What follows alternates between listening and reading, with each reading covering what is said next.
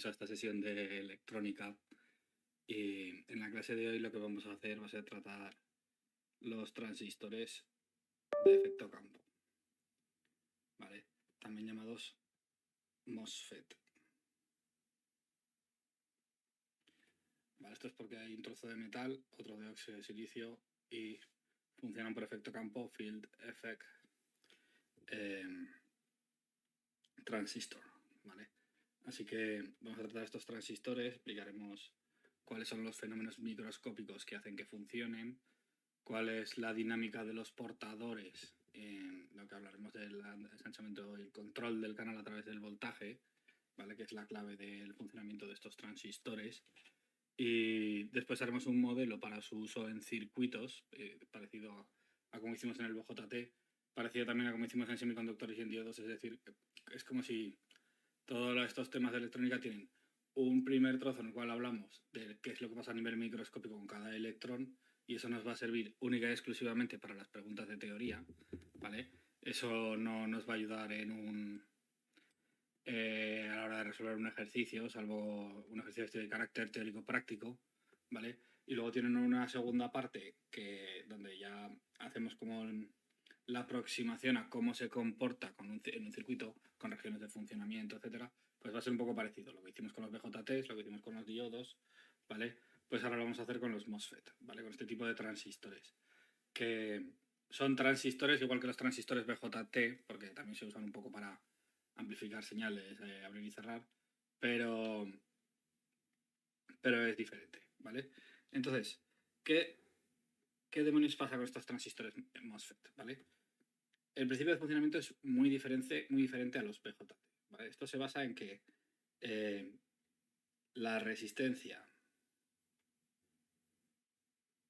en un semiconductor tenemos que recordar que venía dada por su geometría, ¿vale? Además de por el número de portadores.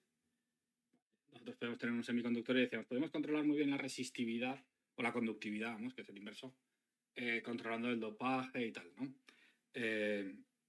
Entonces la resistencia en un semiconductor estaba controlada por el dopaje, por la temperatura y por la forma, por la geometría, ¿vale? Precisamente el dopaje era una forma de controlar cuál era la conductividad, ¿vale? Pero la conductividad no es lo mismo que la resistencia ni la conductividad. La temperatura me podía influir en el número de portadores, pero claro, si es más gordo o es más largo, cambia esa resistencia, ¿vale? Entonces, si os acordáis, la resistencia aumentaba con la longitud, disminuía con el área y disminuía con la conductividad, ¿vale? Entonces, a mayor conductividad, menor resistencia, a mayor sección en perpendicular, ¿vale? Esto es cómo de gorda es la tubería, por así decirlo, ¿vale? Cuanto mayor es la sección en perpendicular, menor es la resistencia, y cuanto más largo sea el cable, y esto se usa en cálculos electrotécnicos, pues más resistencia va a tener, ¿vale? Entonces, recordando esto, pues lo que se busca es un sistema en el cual podemos controlar la geometría del semiconductor. Y podemos controlarlo de una forma un poco, ¿cómo decirlo?, dinámico, ¿vale? Un control dinámico. ¿Qué quiere decir esto? Controlarlo a través de una tensión, ¿vale? Esto es lo que es el MOSFET. Entonces vamos a intentar utilizar ese mismo efecto que veíamos en los diodos de el estrechamiento o el ensanchamiento de la zona de deplexión cuando había un mayor o un menor campo eléctrico, por tanto diferencia de potencial, ¿vale? Cuando estaba en inversa, cuando estaba en directa, la zona de deplexión se hacía más grande, se hacía más pequeña, si os acordáis, ¿vale? Vamos a intentar utilizar ese efecto, ¿vale? O los MOSFET utilizan ese efecto para poder funcionar, ¿vale? Entonces, ¿cómo es un transistor MOSFET? Pues un transistor MOSFET es, vamos a hacer el tipo N, ¿vale? Un NMOS. El PMOS es simétrico. Un transistor NMOS es un bloque que es un semiconductor P, ¿vale? Al cual se le han puesto un dopaje al revés en dos trozos, ¿vale? un dopaje N. Y además un dopaje N alto. En ambos dos, los dos. Y a este le vamos a llamar fuente y el otro va a ser fuente source, por eso la S. Y este va a ser el drenador, ¿vale? Entonces a este mismo semiconductor P le vamos a poner, voy a pintar en azul todo lo que sean chapas de metal, ¿vale? Le vamos a poner aquí una chapa de metal y aquí va el primero de los cables, ¿vale? A este de aquí le vamos a poner una chapa de metal, a este trozo de aquí, y aquí va. La chapa de metal puede ser una plaquilla de oro pequeño, porque esto se hace en circuitos integrados, ¿vale? Y esto, cuanto más pequeño sea, mejor. Y aquí le vamos a meter otro electrodo, ¿vale? A este otro terminal le llamamos base, ¿vale? El bulk, sustrato realmente, ¿vale? Y no juega prácticamente ningún papel, aunque sí que es verdad que va a tener que estar siempre en una tensión, o sea, pero ni siquiera lo representaremos luego en el circuito, ¿vale? Y por último, vamos a poner una placa de metal aquí en medio.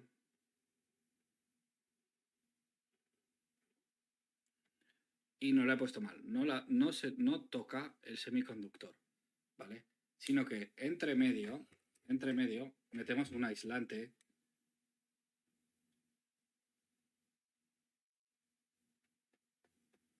fino, pero un aislante, de que es óxido de silicio, pero vamos, es óxido de silicio simplemente para aislar, SiO2. Óxido de silicio, SiO2.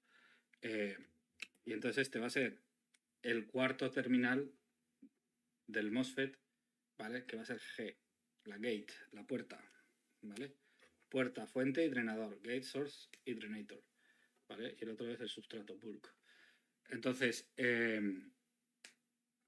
vale, estas son las reglas del juego.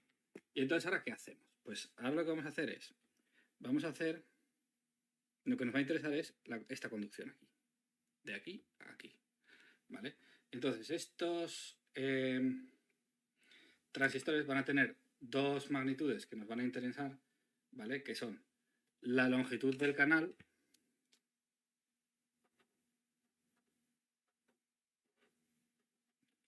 es el trozo que hay en medio, ¿vale? Y la anchura de ese canal, que la voy a poner sin representar porque va a estar controlada, ¿vale? Esa anchura. Y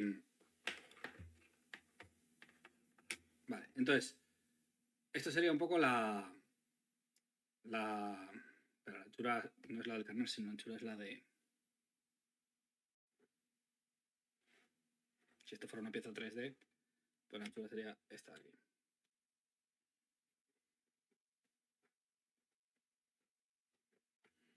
¿Vale? Wide, la W es de wide, de ancho. Y la L de length, de longitud, ¿vale? ¿Por qué esa L y esa D? Pues porque ahora, digamos que este trozo de aquí, que es por donde se va a dar la conducción, no es un cuadrado, sino que es todo este trozo de la pieza, ¿vale? En 3D.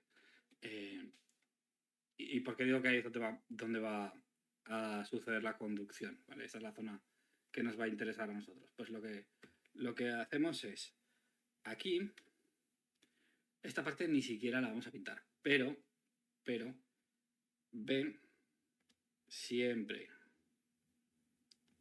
se pone una tensión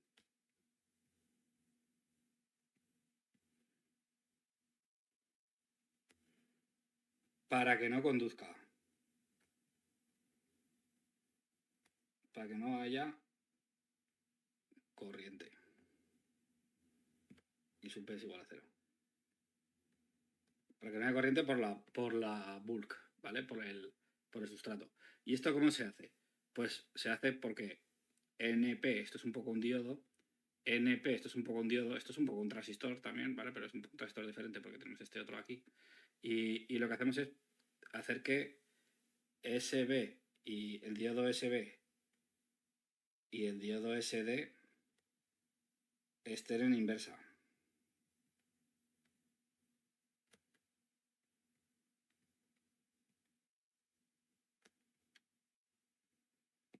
¿Vale? Es decir, VBS menor que 0 y VBD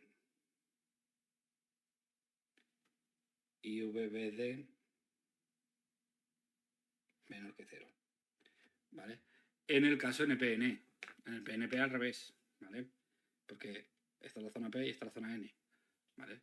Recordad que una unión en inversa de un PN es que el más esté en el N. Y eso es precisamente lo que hacemos, ¿vale? Ponemos aquí una tensión menor y aquí una tensión mayor. Aquí estaría el más y aquí estaría el menos, ¿vale? Y aquí no va a haber corriente porque del N al P estaría en inversa ese diodo. Vale, y entonces miramos a ver qué pasa con esta puerta, ¿vale? Vamos a mirar a ver qué pasa con esta puerta, con la gate, ¿vale? Y lo que pasa con esta puerta es que la corriente que viniera por aquí no podría atravesar la zona verde, puesto que he dicho que el óxido de silicio es aislante, ¿vale? Entonces, ya llevamos dos corrientes anuladas, ¿sí? Nada menos. Tenemos como características una característica, otra característica. La intensidad de la puerta, gate, también va a ser 0 siempre, da igual la zona en la que estemos. ¿Y por qué razón? Porque está aislante, o sea, está aislada, ¿vale? Hay aislante por el óxido de silicio, ¿vale? No está diseñado para tener intensidad ahí, como en un transistor, porque esto hace un poco la función de la B del transistor, de la base, ¿vale? Eso puede ser un poco lioso, porque esto no hace ninguna función, lo único que si no está en inversa, pues morimos, pero, o sea, no funciona, pero no ejerce ninguna función, ni lo vamos a representar en el circuito, pero esto sí que lo vamos a representar en el circuito, va a hacer el papel de la base del transistor BJT, ¿vale? Entonces, esta corriente que antes era I sub B, que era pequeña, pero era lo que lo controlaba todo, aquí no controla nada porque siempre es cero, no tiene nada que controlar, ¿vale? I sub G siempre es cero. Siguiente parámetro, ¿vale? Y entonces, todo lo demás, todas las intensidades suceden entre D y S, ¿vale? Entonces, para que exista, para que haya un IDS, necesitamos crear un canal para que la electricidad fluya, para que la corriente fluya. Es decir,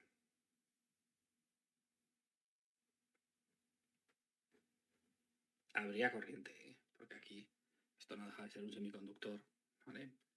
Y podría haber una poca corriente aquí, con una pequeña tensión VDS, podría haber una pequeña corriente aquí, debido a los propios portadores que tiene el semiconductor, ¿vale? Pero daos cuenta que las tensiones que se usan en electrónica son muy pequeñas, esa corriente sería prácticamente despreciable, ¿vale? Entonces lo que hacemos es venir aquí y meter una tensión positiva muy grande, ¿vale? Es decir, lo que hacemos es, bueno, muy grande, poner una tensión VGS, ponemos VGS mayor que 0. Vale, entonces ¿esto qué hace? Pues cuando tú pones aquí una tensión mayor que 0 y aquí una tensión de 0, ¿vale? Eso genera un campo eléctrico hacia allí y hacia allí, ¿vale? Hacia los dos lados, tanto hacia abajo como hacia la derecha. VGS es mayor que 0, así que el campo eléctrico vendría así, pero VGB también va a ser mayor que 0 porque precisamente estos dos diodos están en inversa, así que este es el más también. El menos, perdón, con lo cual este es más y este es menos. Así que tenemos una corriente hacia aquí, o sea, un campo eléctrico, perdón, hacia aquí, otro campo eléctrico hacia allá, el campo resultante sería hacia allí, ¿vale? Entonces, ¿esto qué hace? Esto atrae electrones. Los electrones se van en la dirección contraria al campo eléctrico. Entonces, los electrones que estuvieran por aquí se van a sentir atraídos por la puerta, ¿vale? Y va a haber una mayor concentración de portadores. ¿Cuántos electrones van a acudir? Cuanta más tensión, más electrones. Y eso nos encanta. ¿Por qué razón? Porque digamos que uno de los objetivos de la electrónica es tener el control, ¿vale? Entonces, lo que hemos conseguido es controlar cuántos electrones hay aquí a partir de controlar cuánta tensión hay aquí, de aquí a aquí, ¿vale? Y eso es muy práctico, ¿vale? Es muy práctico porque nos va a permitir transmitir tensiones, convertirlas en intensidades, ¿vale? A través de esta polarización del transistor. Pero lo que voy a poder es controlar cuál es la intensidad entre DS a partir de una tensión en G o GS, ¿sí? Pero primero vamos a ver cómo funciona sin señales, es decir, en continua, que eso es lo que se llama la polarización, lo que llamamos la polarización en el BJT. Entonces, es field effect transistor porque este canal que se crea con la atracción de los electrones aquí viene generado por este campo eléctrico que aparece entre la puerta G y el propio semiconductor B y también la S, ¿vale? La source. Todo eso es ese campo eléctrico debido a las diferencias de potencial. Vale. ¿Esto va a ser siempre así? Bueno, no es exactamente, ¿vale? Este es el MOSFET que mejor se entiende, ¿vale? Vamos a tener otro tipo de MOSFET en el cual por sistema se pone el campo eléctrico, o sea, hay canal, ¿vale? Sin hacer nada, hay canal, y luego cuando viene el campo eléctrico te cargas el canal, ¿vale? O sea, funcionaría al revés, que estaría el de enriquecimiento, que se llama normally off, que es el que os acabo de explicar. Normalmente el canal no está, y cuando yo le meto tensión aparece el canal. Y luego está el de deflexión, normally on, que normalmente está el canal y cuando le meto tensión desaparece, ¿vale? Y luego tendremos en el PMOS que lo que tendremos es pues que las tensiones van a tener que ser negativas porque lo que va a haber que traer son huecos, ¿vale? O sea, trae lo que hay. Y entonces, para ese PMOS intentaremos atraer los huecos para que ese canal, para que exista ese canal. Pero al final el funcionamiento es el mismo a nivel microscópico, ¿vale? Es similar. ¿Cómo lo vamos a representar? Pues vamos a representar. Bueno, vamos a explicar mejor un poco esto de los NMOS, los PMOS, normally on y normally off, porque es un poco demasiado, lo he dicho demasiado rápido, ¿no? Entonces, digamos que tenemos este primero que yo he explicado, ¿vale? Que es un NMOSFET que tiene dos zonas N, un semiconductor P, dos zonas N, ¿vale? Y la puerta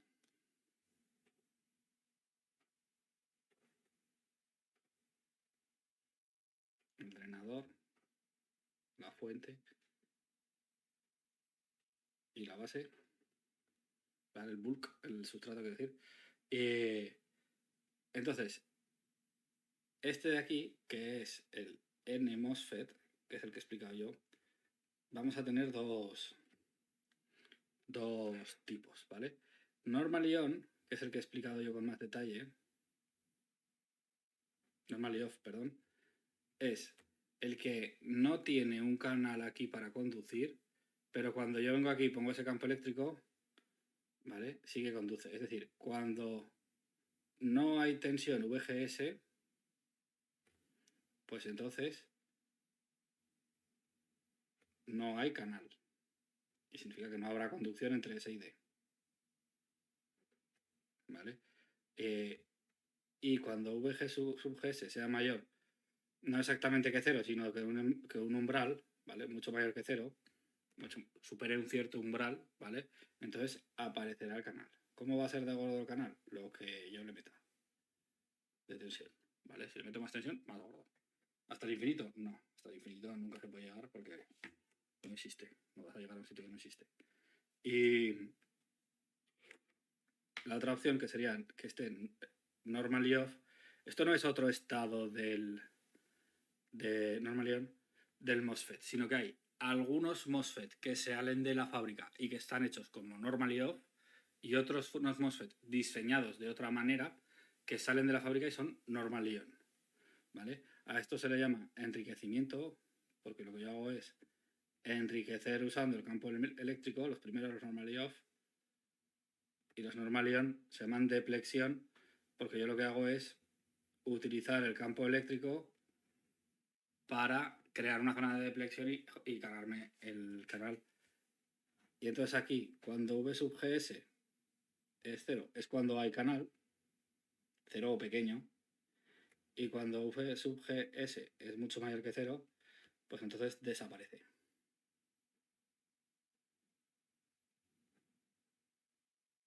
El canal de conducción, ¿vale?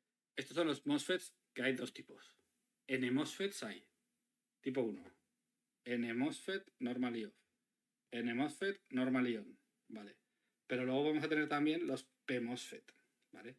¿Cómo van a ser estos P-MOSFET? Pues igual, pero cambiando los papeles de la P y la N, de las uniones PN.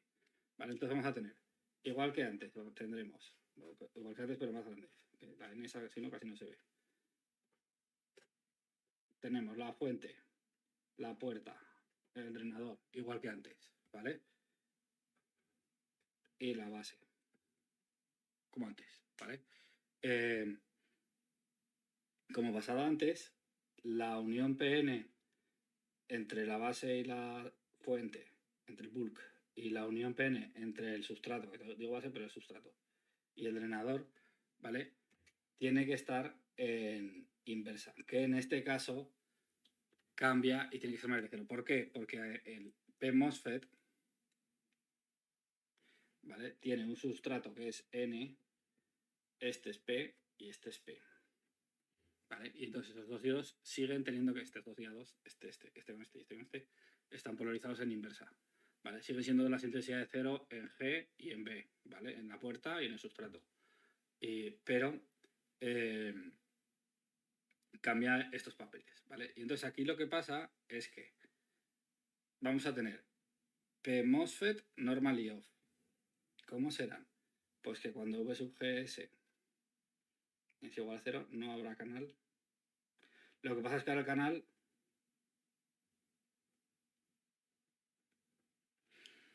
aquí se formaba un canal N, entre este N y este N se formaba un canal N que conducía, ¿vale? Porque los diodos estaban en inversa. Si no, no conducirían, ¿vale? Y aquí lo que se forma es un canal P, no hay canal N. Y aquí se forma un canal P. Atraemos huecos, ¿vale? ¿Cuándo atraemos huecos? Pues para atraer huecos tengo que tener un campo eléctrico negativo.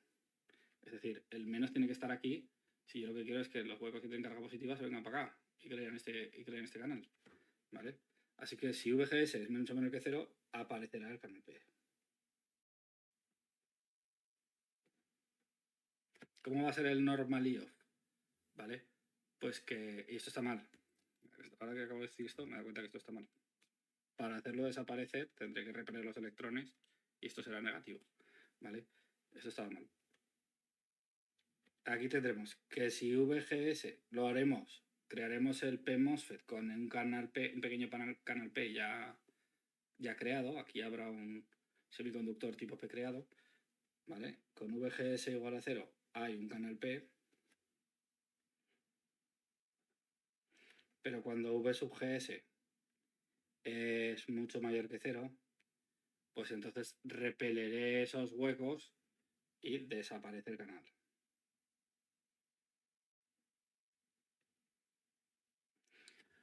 ¿Por qué se dice normal-ion y normal-ion? Bueno, porque ahora no.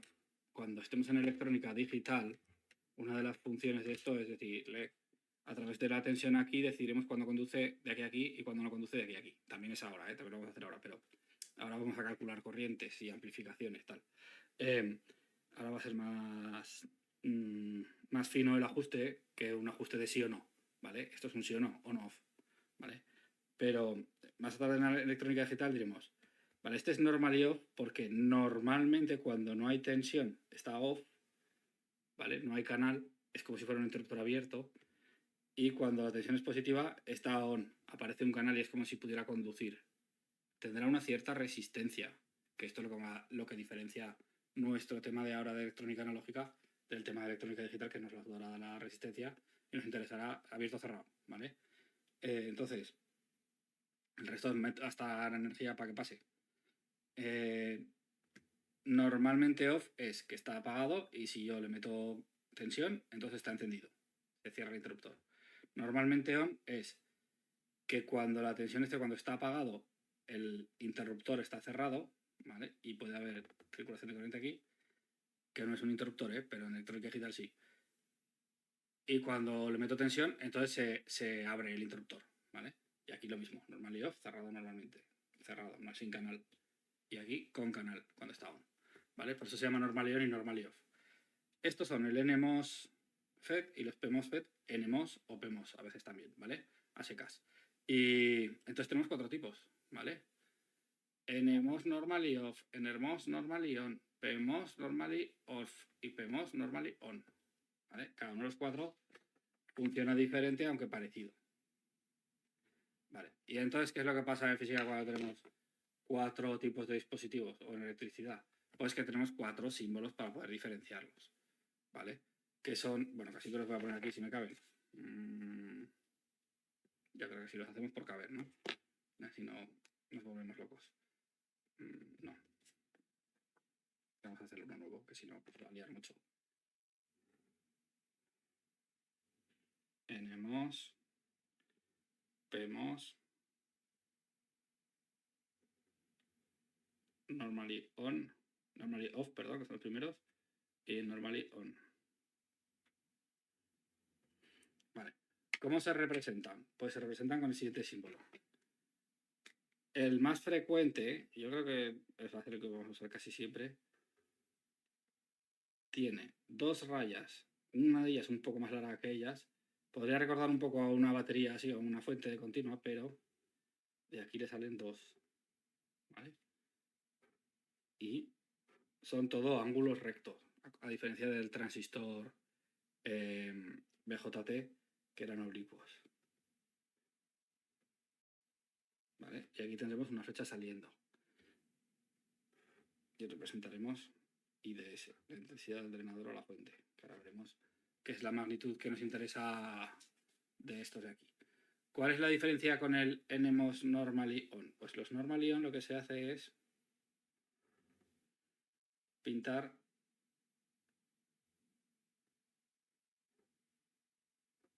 a ver esto. Digamos que aquí, si yo prolongara estas rayas, acabarían en la misma altura, ¿vale? Lo que hacemos es prolongar no toda la raya larga, sino la parte de la raya larga que queda justo enfrente de la otra, ¿vale? Y de aquí ya se sacan.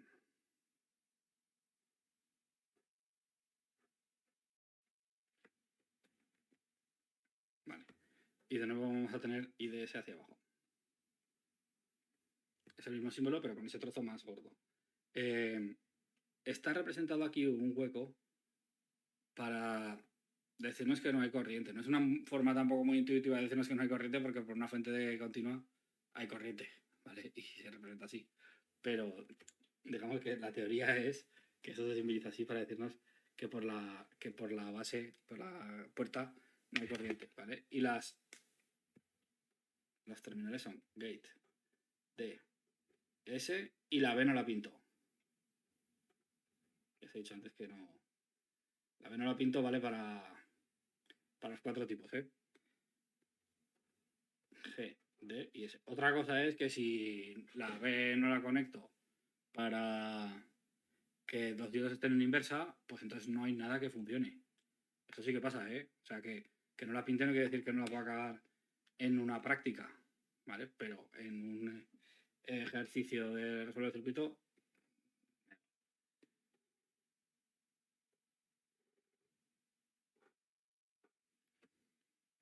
¿vale? El símbolo es igual y lo que cambia es la flecha que está aquí. Y por último,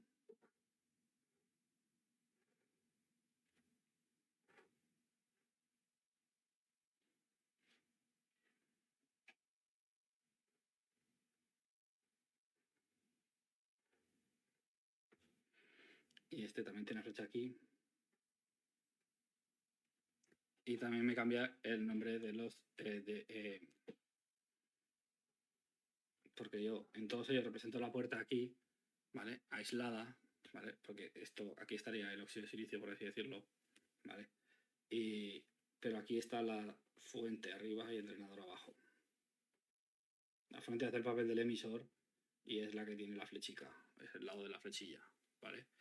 Y entonces aquí lo que tenemos es I sub SD, la intensidad que va de S a D. Pues esta es la diferencia entre los NMOS y los PMOS.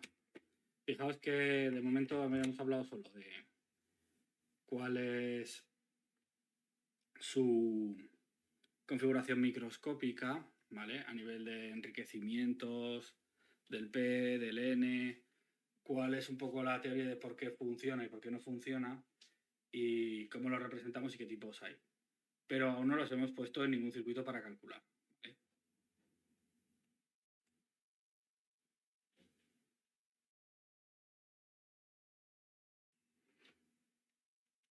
Vamos a ver ahora un modelo cualitativo del funcionamiento de estos transistores de efecto campo para ver un poco pues cómo funcionan de verdad, ¿vale? Nosotros hemos visto ya un poco la base física de su funcionamiento, pero ahora ya vamos a tratarlos de una forma más cualitativa y también más adelante cuantitativa, ¿vale? Es decir, vamos a estudiar sus zonas de funcionamiento, qué cosas les pueden pasar. De momento el modelo cualitativo, lo voy a pasar al modelo cuantitativo, ¿vale? Si tenemos un NMOSFET, que es el que vamos a estar usando para ejemplificar todo el rato, ¿vale? Recordemos con su puerta, su fuente y su drenador, ¿vale? Vamos a estar usando para ejemplificar todo el rato en el MOSFET normal y on, ¿vale? Perdón, normal y off, el primero, ¿vale? El que se usa siempre. Lo que vamos a tener es que normalmente no hay canal y si la tensión de la puerta a la fuente no supera una tensión umbral, que es la que hace aparecer ese canal, entonces no hay canal aquí y la intensidad del drenador a la fuente es cero. Porque recordemos que el canal lo queremos crear del drenador a la fuente para que haya corriente así o así, ¿vale? Así que, bueno, la corriente la pintamos de drenador a fuente, en este caso del NMOS. Pintamos la corriente así, y entonces porque a este se le llama fuente, como si de él saliera la corriente, y a este drenador como si, porque de este salen los electrones y a este entran. Acordaos que los electrones van al revés que la corriente, ¿vale?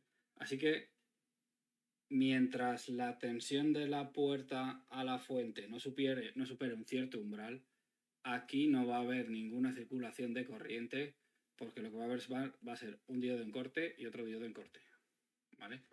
Pero hay una tensión que depende de la construcción de cada uno de los NMOS, los transistores NMOS, que eso es una tensión umbral, ¿vale?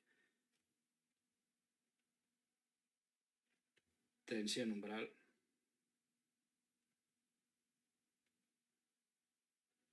A partir de la cual aquí se genera el canal y pasaríamos a tener una intensidad del drenador a la fuente, ¿vale? Si cuando la tensión, siguiente cosa, ¿vale? Primero modo 1, ¿vale? Y ahora vamos a imaginar que somos capaces de crear ese canal. La tensión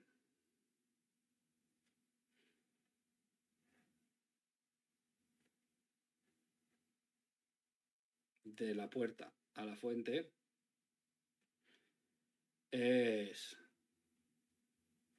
superior a esta tensión umbral y entonces aquí me aparece un canal, ¿vale? Y entonces, ¿qué puede pasar? Pues puede pasar que esta tensión de la puerta a la fuente se parezca mucho a la tensión de la puerta al drenador, ¿vale? ¿Cuándo pasaría eso? pues se va a parecer la tensión de la puerta a la fuente a la tensión de la puerta al drenador cuando la tensión del drenador a la fuente sea muy pequeña. ¿Muy pequeña frente a quién?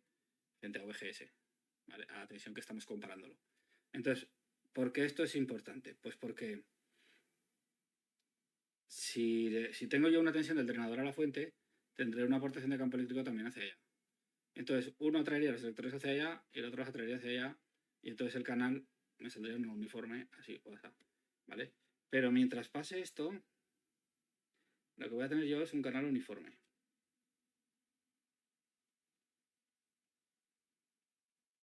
Canal uniforme necesita estos dos condicionantes. Primero, que haya canal, y segundo, que sea uniforme. ¿Vale? Si VGS aumenta, pues entonces el canal se hace más ancho. Como la resistencia dependría del tamaño del canal, ¿no? Pues entonces la resistencia baja. Entonces se parece un poco a una resistencia. Con este canal uniforme se parece a una resistencia.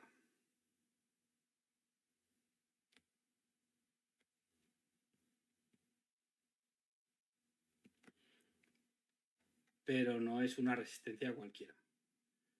¿Vale? Es una resistencia que cuando yo le meto más VGS, al hacerse más ancha, es una resistencia que yo puedo decidir lo ancha que sea, la ancha que es. ¿Vale? Y eso no es poco, porque eso al final decido qué resistencia tiene. Y no lo decido en la fábrica. Lo decido en mi montaje controlando la entrada. Entonces es mucho mejor que hacerlo en una fábrica porque no tengo que girar ninguna ruleta, ni tengo que cambiar ningún dopaje, ni nada de carácter químico, ¿vale? Sino que directamente electrónicamente voy a decir cuánta resistencia hay. Entonces lo que me va a pasar es que la intensidad del drenador a la fuente, que por la ley de Ohm, si se porta como una resistencia, vendría dada por esta fórmula, ¿vale? Esta resistencia viene dada por la fórmula de la conductividad, ¿vale? Y va a ser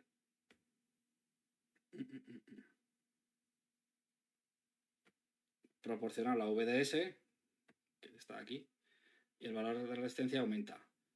Cuanto más ancho, menos resistencia. Cuanto más largo, más resistencia, ¿vale? Va a haber una constante de proporcionalidad y luego, y esto es lo que me interesa, va a haber una función de VGS. Entonces, decimos, bueno, en la puerta tampoco es que circule corriente, es como si no estuviera, no es como si no estuviera. No circula corriente, pero su tensión controla la resistencia en esta zona de canal uniforme, ¿vale? Que va a ser una de las regiones de funcionamiento de los transistores de efecto campo, ¿vale? Entonces, ¿qué es lo que pasa? Que si VGS es constante, que sería el punto de polarización, ¿vale? Nosotros con continua llevaremos VGS a un punto de polarización, pues entonces yo podré calcular esta función, ¿vale? Esta función será un número. Cuando VGS sea constante, esta función será 7, ¿vale? O lo que sea. Pero si mañana yo quiero cambiar el circuito, no tengo que cambiar la pieza, sino solo tengo que cambiar la tensión, ¿vale? Vale. Esto de aquí no es más que 1 partido por R, ¿vale? Lo que estamos diciendo es que la resistencia depende de, bueno, una constante de proporcionalidad, que dependerá del material y todo eso, y de la temperatura. O lo ancho que sea el MOSFET, lo largo que sea el MOSFET, el canal, ¿vale? Y una función que me mide si existe canal o no y cómo de grande es el canal, que depende de la tensión entre la puerta y la fuente, ¿vale? Bueno, esto va a ser la zona que le vamos a llamar comportamiento óhmico, porque se porta como una resistencia, cumple la ley de Ohm, ¿vale? Más adelante cuando hablemos de regiones de operación. ¿Qué es lo que pasa? Puedo tener un canal y que no sea uniforme. Es decir, puedo tener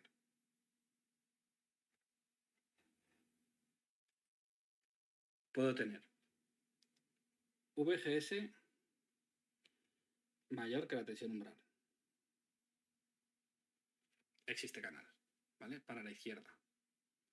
Y puedo tener VGD mayor, perdón, no menos, mayor que la tensión umbral. Y tengo canal para la derecha. ¿Qué quiere decir eso? Pues esto quiere decir... ¿Por qué no he puesto antes los dos? Porque antes, en el anterior, como esto era casi cero,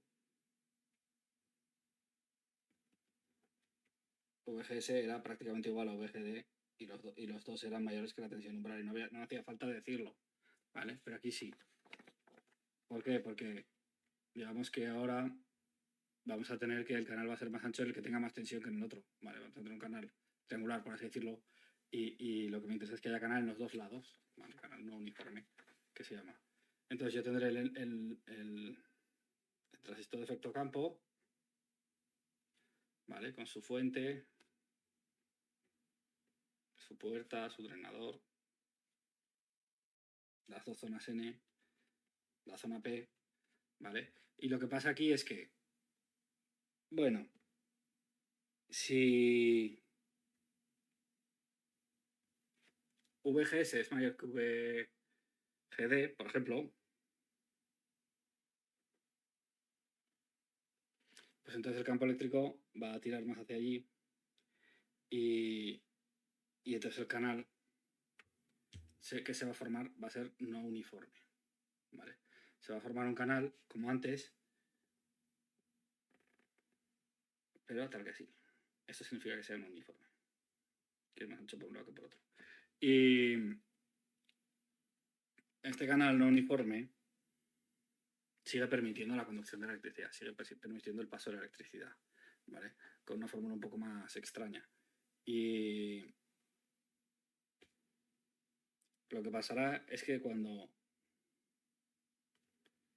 el voltaje drenador source, que es VGD, no, es VGS menos VGD. Sí. Cuando este voltaje aumente,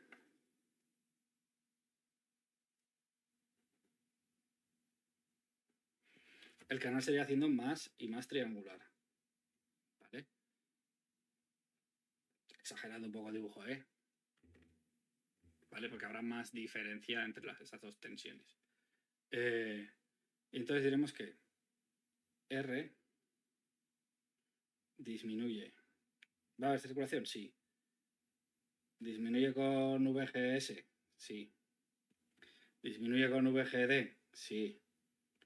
Pero aumenta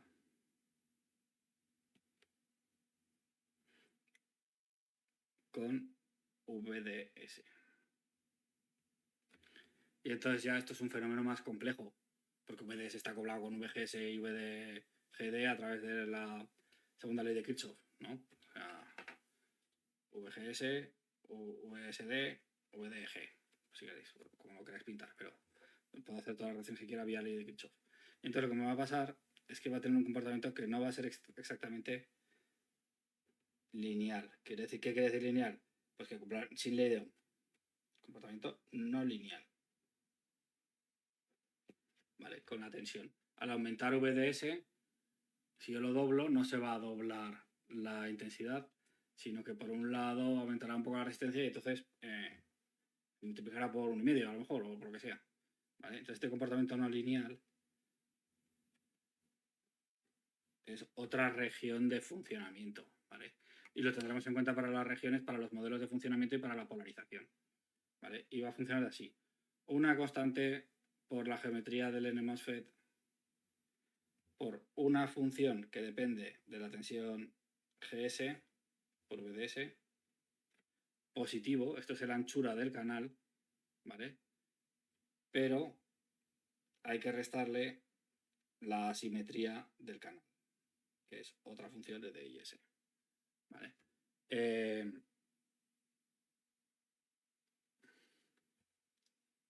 Y esto es un por. Entonces, esto lo que me va a hacer es que no sea exactamente lineal y tenga un comportamiento diferente que vamos a tener que modelizar, ¿vale? ¿Está modelizado ahora? No, ¿vale? ¿Por qué es un modelo cualitativo? Porque ha dicho una función de VG depende de VGS, depende de VDS. ¿Cómo? Si no te digo cómo depende, si va al cuadrado, si es la raíz cuadrada, si se multiplica por 7, entonces no es un modelo cuantitativo, ¿vale? De momento estamos con el modelo cualitativo para entender qué demonios pasa para que tenga diferentes regiones de funcionamiento, ¿vale? Y por qué se portan así cada región de funcionamiento. Pero lo importante luego va a ser decir exactamente cuánto tengo que poner yo en mis modelos cuando estemos resolviendo un circuito, ¿vale? Entonces, vamos a seguir con el modelo de comportamiento, modelo cualitativo. ¿Va a ser siempre así? Bueno, puede ser que yo haga el triángulo tan gordo que al final no toque aquí. ¿Vale? A eso se le llama agotamiento del canal. Es decir, puede ser... ¿Cuándo se agota el canal? Pues cuando VGD, bueno, esta sería la fase de agotamiento del canal. Llevamos 3 fases: canal uniforme, canal no uniforme y agotamiento del canal. Aquí tendremos que VGS va a seguir siendo mayor que la tensión umbral. ¿Vale? Pero VGD de la puerta al drenador va a ser exactamente igual a la tensión umbral. ¿Vale? Entonces ahí, digamos que el triángulo pincha, pero sin tocar, toca solo con un puntito, ¿vale? Sería así. El triángulo es el canal de conducción. ¿Vale? Y voy a tener una región que va a conducir, que va a ser ancha por un lado, y va a ser justo ahí, aquí pincha, ¿vale? Un punto, ¿vale? En el otro. Vale, lógicamente, teniendo en cuenta esto, VDS va a ser mayor que 0, porque es la resta, ¿no? Y ¿sigue existiendo corriente cuando tenemos el agotamiento del canal? En este punto, sí. IDS va a ser mayor que 0. Sigue habiendo corriente, ¿vale? Pues porque, en cierto modo, puede haber también... estas distancias son tan pequeñas que hay una cosa que... Bueno, hay fenómenos cuánticos, ¿no? De tipo de efecto túnel. Entonces, ¿sigue habiendo corriente? Sí.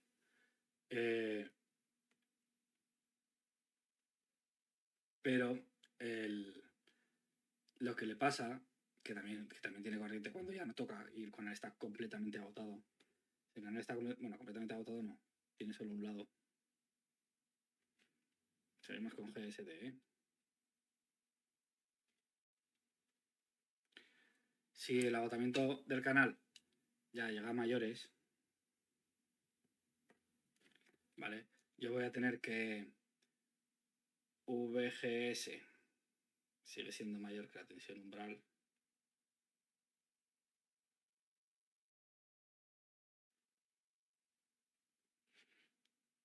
Pero la tensión del drenador a la fuente va a ser menor, ¿vale? Va a ser mayor que VGS menos umbral. Y entonces lo que va pasando es que... es decir, es menor que esta tensión VGD es menor que la tensión umbral. Y por eso aquí no tengo canal, ¿vale?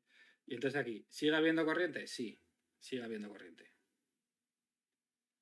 Pero es independiente del voltaje.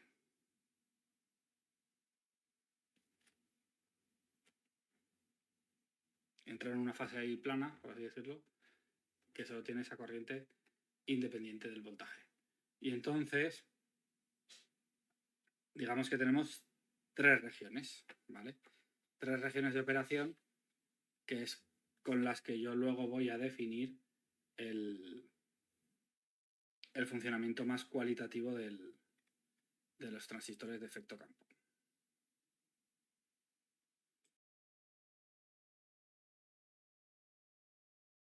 Vamos a tener, por tanto, 3 regiones de operación, ¿vale? Correspondientes a esta región de canal uniforme, canal no uniforme y agotamiento del canal. ¿Vale? Y a mí lo que me va a interesar, ¿vale? Porque os recuerdo que no hay corriente en la G, en la puerta, no hay corriente en el sustrato, en el bulk, y toda la corriente es del drenador a la fuente en estos NMOS. Entonces, a mí lo que me va a interesar es la ecuación característica, porque al final va a ser como si la G decide cómo se porta, ¿vale? Es decir, la G lo configura, por así decirlo, lo polariza, y la D y la S, entre la D y la S es donde pasan las corrientes, ¿vale? Y entonces lo que me interesa a mí es la relación entre IDS y VDS, ¿vale? Que es lo que en una resistencia es lineal, pues es la ley de Ohm, es una recta que pasa por el origen, ¿no? Entonces vamos a tener tres relaciones de operación. La primera es si tenemos un canal uniforme, ¿vale? En el caso de tener un canal uniforme, a esta región le vamos a llamar región óhmica. Se puede llamar también región lineal, ¿vale? Y en ella lo que pasa es que I sub ds es proporcional, directamente proporcional a VDS, ¿vale? Y la resistencia del canal es proporcional, la de proporcionalidad es 1 partido por R, ¿vale? Y esta resistencia del canal es proporcional a VGS menos la tensión umbral, ¿vale? Así que es inversamente proporcional. Entonces, ¿qué es lo que vamos a tener? Pues vamos a tener que cuando yo voy a representar IDS con VDS, esta región va a ser así, ¿vale? Que son los primeros trozos. Esta es una región óhmica. Una es completamente recta, una recta que pasa por el origen. Vale, ¿van a ser para un mismo transistor siempre la misma curva? No, habrá trozos que serán así y habrá trozos que serán así. Eso es lo que depende de aquí, ¿vale? O sea, yo digo, IDS, cuando yo digo esto, IDS es proporcional a VDS. Lo que estoy diciendo es que es una recta tal que así, ¿vale? Que son rectas. ¿Cuál es la constante proporcional de esa recta? ¿Cuál es la pendiente de esa recta? Depende de V sub GS menos VTH, ¿vale? Así que esto sería para VGS1, VGS2, VGS3, ¿vale? Esta es la región óhmica, la región 1 de funcionamiento. Se porta como una resistencia, pero controlamos cuánto vale esa resistencia mediante la tensión de la puerta o de la puerta a la fuente, más bien, y de la puerta al drenador. Vale. Lógicamente, VGS y VGD tienen que ser mucho mayores que VDS porque si no, no estábamos en la región óhmica, ¿vale? La región 2 es la de canal no uniforme, ¿vale? En ella, IDS depende de VDS, pero no linealmente, como antes. Sigue dependiendo de VDS, pero no linealmente. Entonces lo que pasa es que la línea se curva, por así decirlo, como si se frenara. Va a tener trozos de curvas que hacen así, ¿vale? Porque empieza siendo empalmaría con la región óhmica, empezará siendo lineal, luego haremos la región entera, pero luego se va curvando porque excederme de VDS lo que hace es estrecharme el canal, ¿vale? En la derecha del canal, según el dibujo anterior, ¿vale? A esta zona se llama triodo.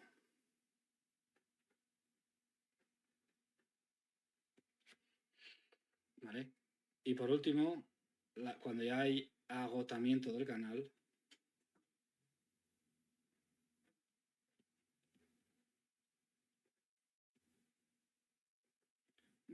Lo que me pasa es que I sub ds no depende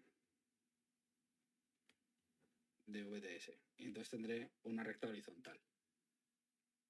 ¿Va a ser siempre la misma recta? No, donde esté la recta dependerá de VGS. Y entonces tendré diferentes curvas que me representen estas regiones de operación. Aquí se dice que está en saturación. Claro, en el cambio más intensidad ya no puede hacer más. Y satura. ¿Vale? Le estamos pidiendo demasiado, por así decirlo. O sea, significa saturación. ¿Cómo van a ser estas regiones de operación vistas ya con perspectiva? Pues si yo represento VDS e IDS, voy a tener este tipo de curvas, ¿vale? Tendrá una región ómmica primero, para VDS pequeños. Esa región ómmica se irá transformando en algo que se le parece, pero que poco a poco se agota, por así decirlo, ¿vale? Que va a ser la región triodo, y de forma continua al final me da una horizontal, que va a ser la zona de saturación, ¿vale? Entonces aquí hay como una transición de fase aquí y otra aquí, ¿vale? En la cual aquí se está aportando en la zona ómmica, está la zona triodo,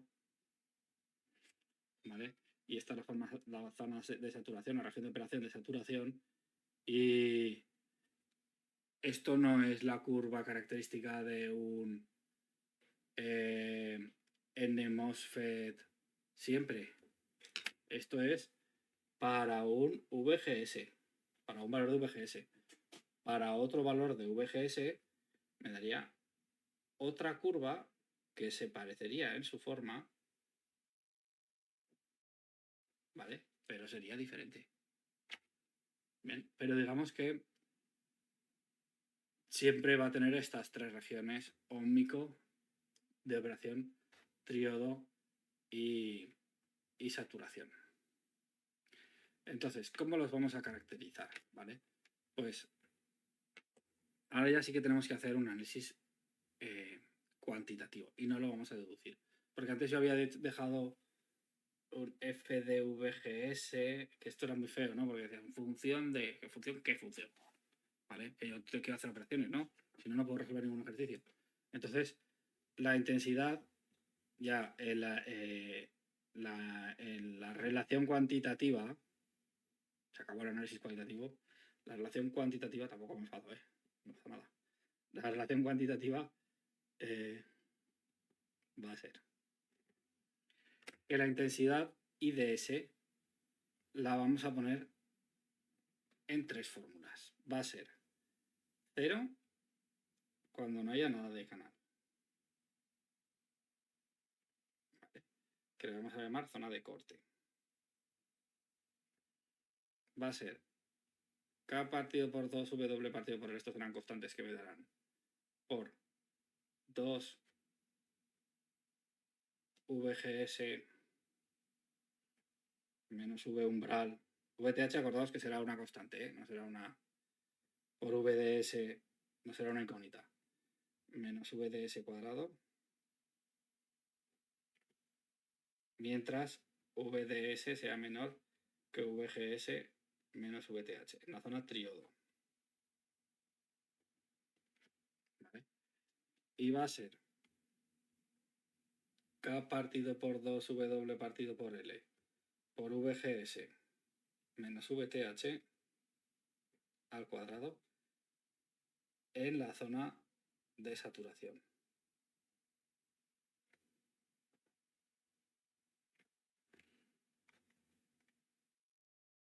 Vale. Y la zona ómmica, ¿qué es lo que está pasando? Vale, pues os voy a decir lo que está pasando. Que está aquí aproximada ya, ¿vale? Esta es la zona de saturación que os he dicho.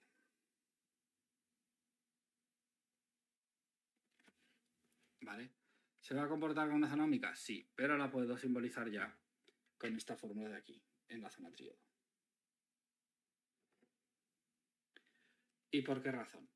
Pues porque fijaos que la zona ómmica era cuando VGS era mucho mayor que VDS. ¿Vale? Y entonces aquí voy a tener 2 VGS por VDS menos VDS cuadrado. Entonces cuando VDS sea mucho menor que VGS, pues 2 VGS por VDS menos VDS cuadrado, pues puedo olvidarme del VDS cuadrado, que es pequeño, y al cuadrado. ¿Vale? ¿Que va esto multiplicado por VDS? Sí, pero solo una vez, no dos. Esto va multiplicado por VDS 2 veces. ¿Vale? Entonces, con VDS muy pequeño, la fórmula de derivada se me transforma en la fórmula óhmica. ¿Vale? Y ya me simboliza, digamos, me codifica toda esa información sobre esa otra región óhmica, con lo cual este modelo que habíamos explicado 3 zonas y luego estaba la zona en la que ni siquiera había canal y entonces todas las intensidades eran cero, que es corte, ¿vale? Pues este modelo a 3 regiones en vez de a 4, corte, óhmica, tríodo y saturación, sino solo corte, tríodo y saturación, con esta fórmula que es complicada, pero me codifica el tríodo y la zona óhmica a la vez, pues vamos a funcionar mucho mejor, ¿vale? Así que digamos que estas son las relaciones cuantitativas asociadas a las 3 regiones de operación de un transistor de efecto campo que vamos a usar para resolver ejercicios en el CUD, ¿vale? ¿Qué nos falta? Pues nos va a faltar saber, dado un transistor, en qué zona está, cómo se polariza, ¿vale? Lo que llamamos circuitos de polarización en el caso de los BJTs.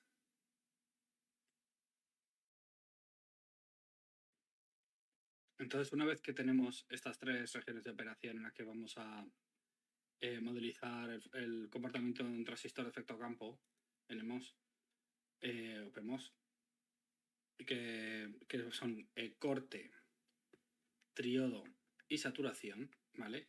Tenemos también esa relación entre VDS e IDS, relación funcional, que es una función a trozos y el trozo que elegimos depende de la región de operación en la que esté ese transistor, ¿vale? Pues entonces ahora tendríamos que pasar al siguiente paso, que es decir, vale, pues cómo vamos a resolver circuitos que contengan un transistor de este tipo, ¿vale? Y os adelanto que el mecanismo va a ser muy similar al de los transistores bipolares de unión o los BJTs, pero quizás un poco más fácil, ¿vale? ¿Por qué digo que va a ser un poco más fácil? Porque cuando yo tenga un transistor de efecto campo de este tipo, ¿vale? Voy a tener menos incógnitas y quizás con un acoplamiento más sencillo que en el anterior, ¿vale? Esto va a ser la G, la S, la D.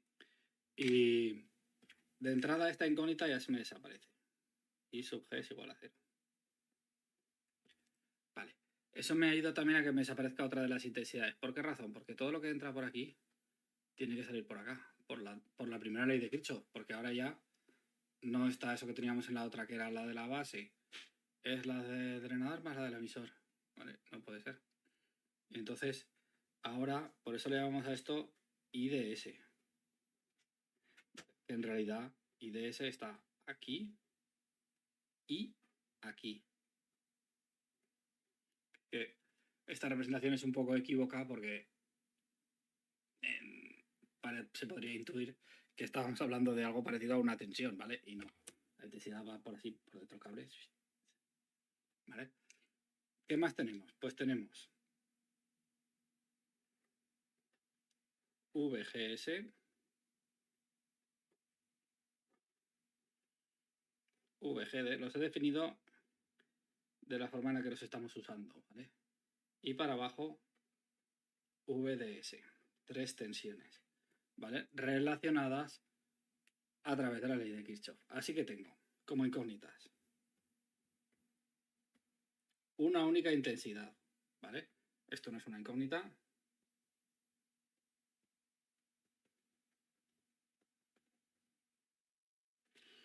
¿Vale? La I sub S y la I sub D desaparecen como incógnitas y pasan a ser la I sub DS. Y luego tengo como incógnitas la puerta drenador, la puerta fuente y la drenador fuente relacionadas de la siguiente manera. V sub GS en la suma de las otras dos, VGD más VDS, ¿vale? Por la segunda ley de Kirchhoff. Así que tengo de momento 4 incógnitas, una ecuación. ¿Tengo alguna ecuación para las intensidades? No. ¿Por qué razón? Pues porque solo hay una. No voy a usar la primera ley de Kirchhoff si ya la he usado, ¿vale? Esto y esto es el uso de la primera ley de Kirchhoff. Entonces, digamos que de momento el problema lo tengo aquí. Tengo 4 ecuaciones, 4 incógnitas y una ecuación. ¿De dónde salgo el resto de las ecuaciones? Pues una ecuación vendrá de la región de operaciones.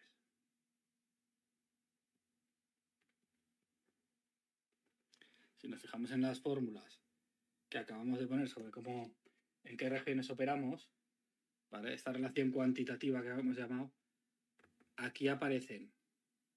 Aquí, nada. Bueno, genial. IDS es 0, resuelto. Aquí aparece IDS igual a 0. Aparece IDS como incógnita. Se resolverán las incógnitas. Aquí aparece dato, dato, dato, dato, dato, dato. Incógnita de las 4. Dato, incógnita, incógnita. IDS, una de las incógnitas, es igual a una relación que incluye otras dos incógnitas. ¿Vale? Una ecuación.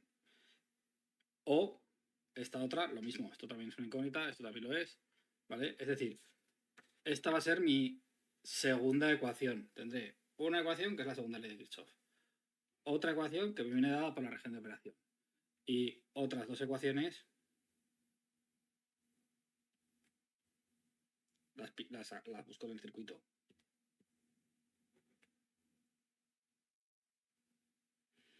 Normalmente es la malla de la puerta y la malla del drenador.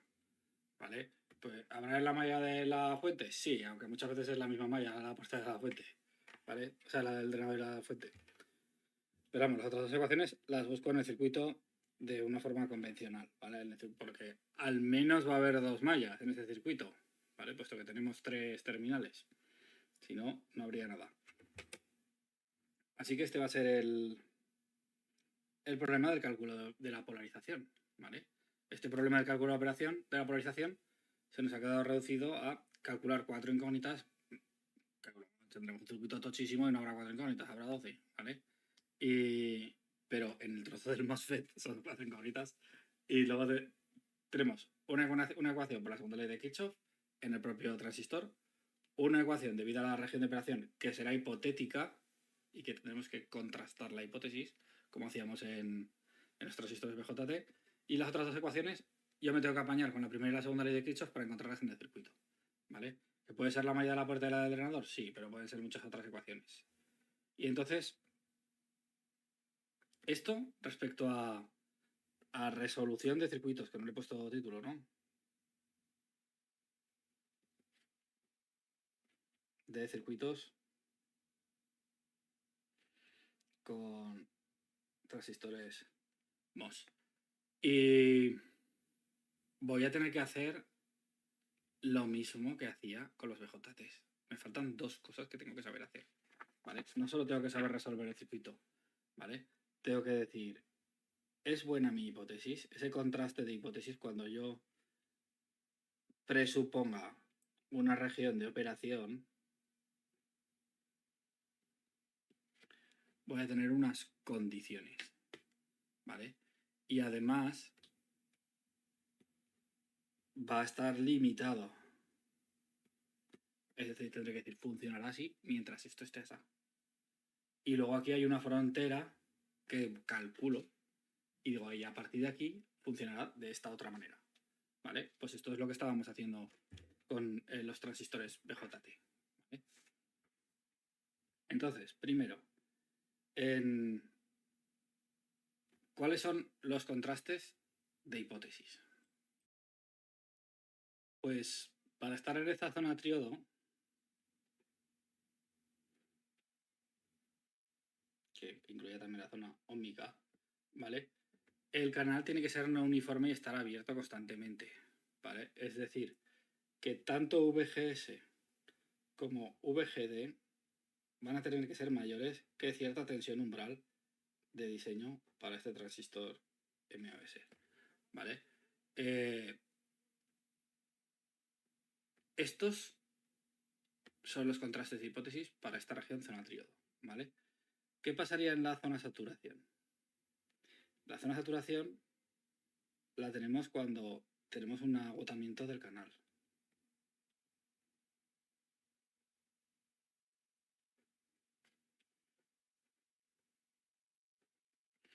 ¿Vale? ¿Cuándo pasaba esto del agotamiento del canal? Pues si el canal se agota justo en el drenador, ¿vale? Incumpliremos esta condición, ¿vale?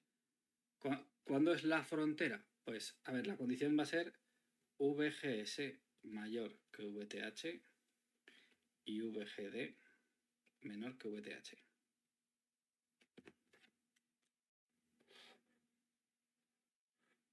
¿Qué va a pasar en el límite entre una zona y otra? Pues que VGD va a ser exactamente igual a VTH y luego respecto a las intensidades, pues se va a tener que cumplir la fórmula de la intensidad, ¿vale? La del cuadrado. Es decir, IDS va a tener que ser igual a K partido por 2 por W partido por L V sub GS menos VTH al cuadrado. ¿Vale? Es exactamente igual a eso, la intensidad drenador-fuente. ¿Vale? En este límite entre regiones. Vale, esta sería la región límite entre tríodo y saturación. ¿Vale? Vamos a tener un límite también entre triodo y corte. Entre saturación y corte. No, es entre triodo y corte.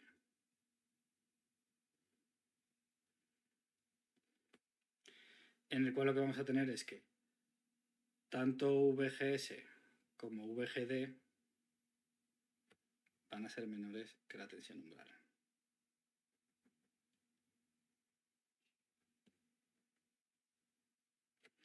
¿Vale? ¿Y qué voy a hacer yo para calcular este límite entre regiones? Pues en el límite entre regiones, entre saturación y corte, lo estaba diciendo bien, lo que vamos a hacer, lo que vamos a tener es que VGS, espera, que lo voy a poner, no por una caja, no, por mantener la notación que había puesto antes. Me había quedado bonito y ahora no lo he mantenido, ¿no? Lo que vas a tener es que VGS va a coincidir exactamente con la tensión umbral y DS va a ser exactamente igual a 0, puesto que va a estar en corte y no va a conducir, ¿vale? Y ya está, ¿vale? VDS será la que sea, ¿vale? Así que este va a ser las condiciones de... Bueno, aquí abajo,